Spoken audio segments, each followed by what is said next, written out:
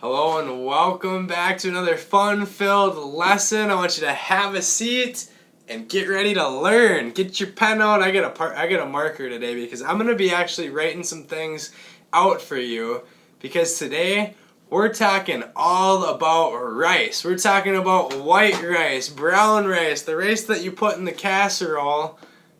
I'm just kidding with you. We're not talking about rice, not that kind of rice, but if you are eating rice, white rice, brown rice, it's all got a lot of carbohydrates in it. Obviously, the brown rice is better for you than the white rice, but again, it's not really that healthy for you.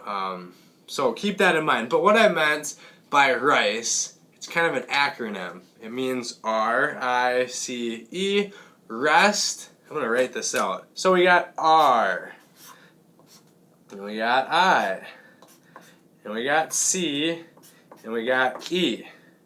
You guys get to finally see how sloppy my handwriting is. So, with the R-I-C-E, can you see that?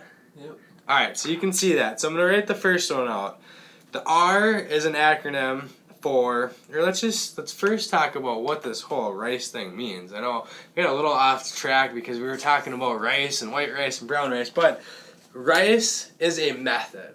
The RICE method is something to do if you were to sprain your ankle or hurt your wrist or anything, any injury whatsoever. So RICE is an acronym, and what it stands for is exactly what you should do after any injury of any sort. I hope that you guys don't ever get injured, but I want you guys to know what to do if that ever is the case. So R-I-C-E, what it stands for is rest, ice, compress, and elevate. So I'm going to write that out here. So R, rest.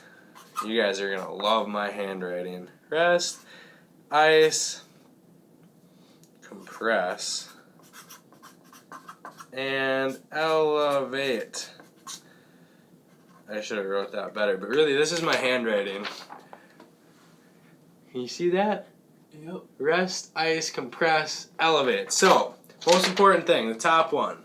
If you injure your ankle, very important that you rest it. So you don't put all that pressure and stress on that area, because when you do that, it causes more inflammation, which is what the next thing is ice.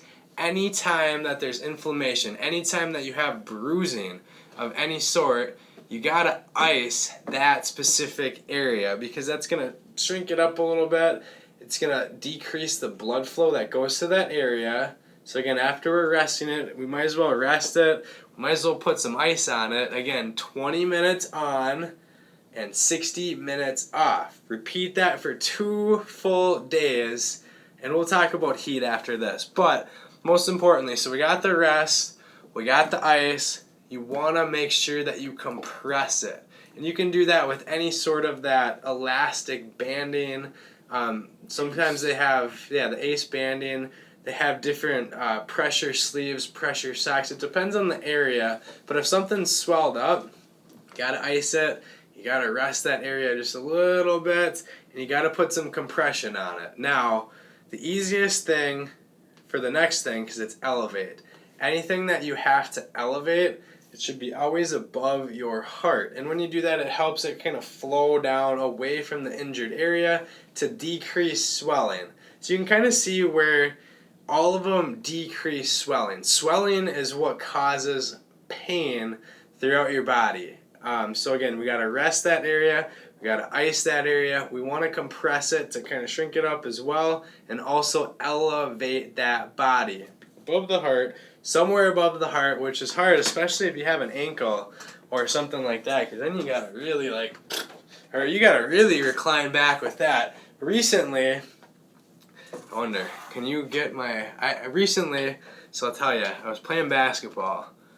I do some rough sports sometimes, and it was an old foundation, and what actually happened was the edge, my foot kind of slipped off, and right before I was ready to start filming for season 3, right here this season, I rolled my ankle, which put kind of a little damper on it, because anytime you hurt your body, it's hard to exercise. But one thing that I did I rested it kind of for a couple days. I got it healed up, and believe it or not, like, it was pretty serious. It was not just one of those things. It was one of those things where I couldn't even walk. That's how bad it was. But within 20 minutes, I had ice on that. I was resting that area. I put compression on it, and I elevated it way above my heart. So I'm gonna put it on there.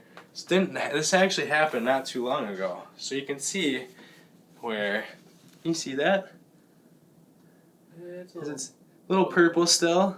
Mm-hmm. So again, I'm not icing it anymore. Hopefully my feet are clean.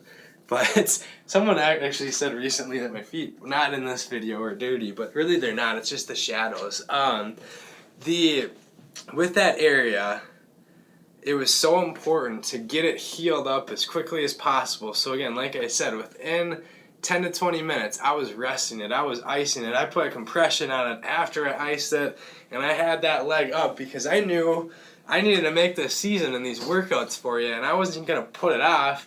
I needed to get healed up as fast as I possibly could, but it's all about taking the steps in order to do that. And I hope you guys never roll your ankle or anything like that. I hope you never get injured. But again, if you ever do, this is a great lesson to really do it. You have to take these steps because I want you to heal up as quickly as possible. The inflammation is kind of part of the healing process. It's all about the process. You have to, go through the swelling. Then once the swelling goes down, it starts getting better. It starts bruising. Bruising is part of the healing process. It turns purple, then it turns kind of that weird greenish, kind of all that color. That's part of the process. And the reason that it turns purple and bruising, I'm sure you guys know this, but it's kind of like you injured that area and it broke some tissues and it bled a little bit in there, and that's why it turns that color. I'm not sure if you guys knew that. Some of you probably did. But with my ankle, again, this was less than a week ago, and like I said, it was pretty serious. It was a pretty serious injury.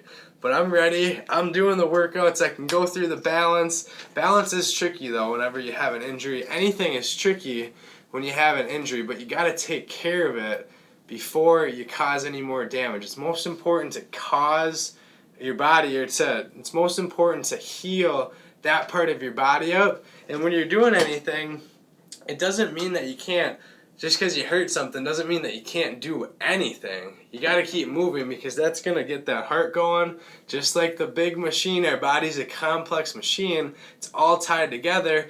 Once we're marching and running it out and running as fast as we can, we're getting nutrients to that part of the body to heal it. And that's important parts to remember. So again, after a couple days of the rest, ice, compress, and elevate, then you can start right back in and get right back to anything that you can possibly do. But again, you're going to know, you're going to be able to experiment, you're really going to be able to see what works best for your body. So again, I want you to, in the comments below this video, I want you to let me know if you've ever used this specific method, the R.I.C.E method, after any injury that you've ever had. I'm sure you have. You just might not have known that it's called R.I.C.E. So write down if you've used it. Let me know what you've used it on and how recently. Hopefully it wasn't too recent, because I don't like to see if you guys ever get hurt or anything like that. But this is a great lesson. If anything does happen, because accidents do happen just like me. I didn't think I was going to roll my ankle. I was actually about an hour before I had that happen, I was talking to my dad about something. He's like, well, what if you hurt yourself? Of course, I was like, I'm not going to hurt myself. Well, I told him I'm going to use the R.I.C.E method and I'm going to get it healed up.